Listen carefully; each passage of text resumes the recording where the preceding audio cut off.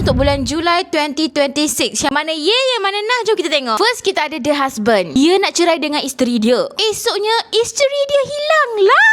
Dan lelaki ni pula sekarang ni tengah jadi suspek utama kehilangan isteri dia. Ini drama Korea yang paling tense sekali bulan ni. Confirm korang kalau tengok tak berkedip mata. Yang ini dekat Disney Plus Hotstar. Next kita ada drama Love in Sync. Satu drama komedi. Seorang perempuan yang tak ada rasa empati, seorang lelaki yang penuh dengan rasa empati. Macam mana kalau dua-dua ni macam berlakunya pemindahan emosi antara diorang? Lah, adakah perasaan ni membuatkan diorang together? Ini korang boleh layan dekat View, The Apartment Job. Bayangkan kau bekas gangster, tiba-tiba kau nak kena settle duit yang banyak, kau nak jadi apartment presiden. Nak jadi apartment presiden kau kena ada family fake, kau kena ada semua yang fake-fake tu.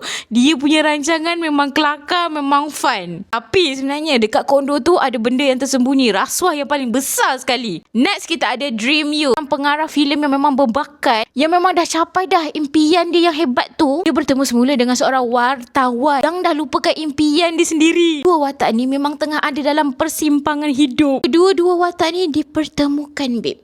Dia macam mana jadi? Korang boleh layan nanti. Next kita ada The East Palace. So seorang pemburu hantu dan seorang dayang istana, diorang boleh dengar suara hantu, babe, dan dia bekerjasama untuk menentang semua roh-roh hantu ni. Pergi nak kuasai istana. Dekat drama ni Another Kingdom vibe. Kita boleh layan nanti. Next kita ada Spooky in Love. Cerita ni berkisahkan sebagai seorang pewaris hotel yang boleh nampak hantu dan seorang pendakwa raya yang memang takutkan hantu. Tapi diorang ni bekerjasama untuk siasat kes jenayah. Sambil diorang ni nak membantu hantu-hantu ni yang hidup dia tak adil dulu. Hantu nak cari keadilan. It's my favourite by the way. Shop for a Killer 2. So seorang wanita muda terpaksa menguruskan shop pakcik dia yang bukan biasa-biasa. Apa yang pakcik dia tinggalkan tu, sekarang ni dia yang nak kena handle. And sekarang ni dia lah jadi sasaran pembunuh upahan. Dulu pakcik dia, sekarang ini dia yang kena. Macam mana dia nak handle semua benda ni, kita boleh layan nanti. Yang ni dekat Disney Plus Hotstar. Yang mana korang layan, let me know dekat comment section, okay?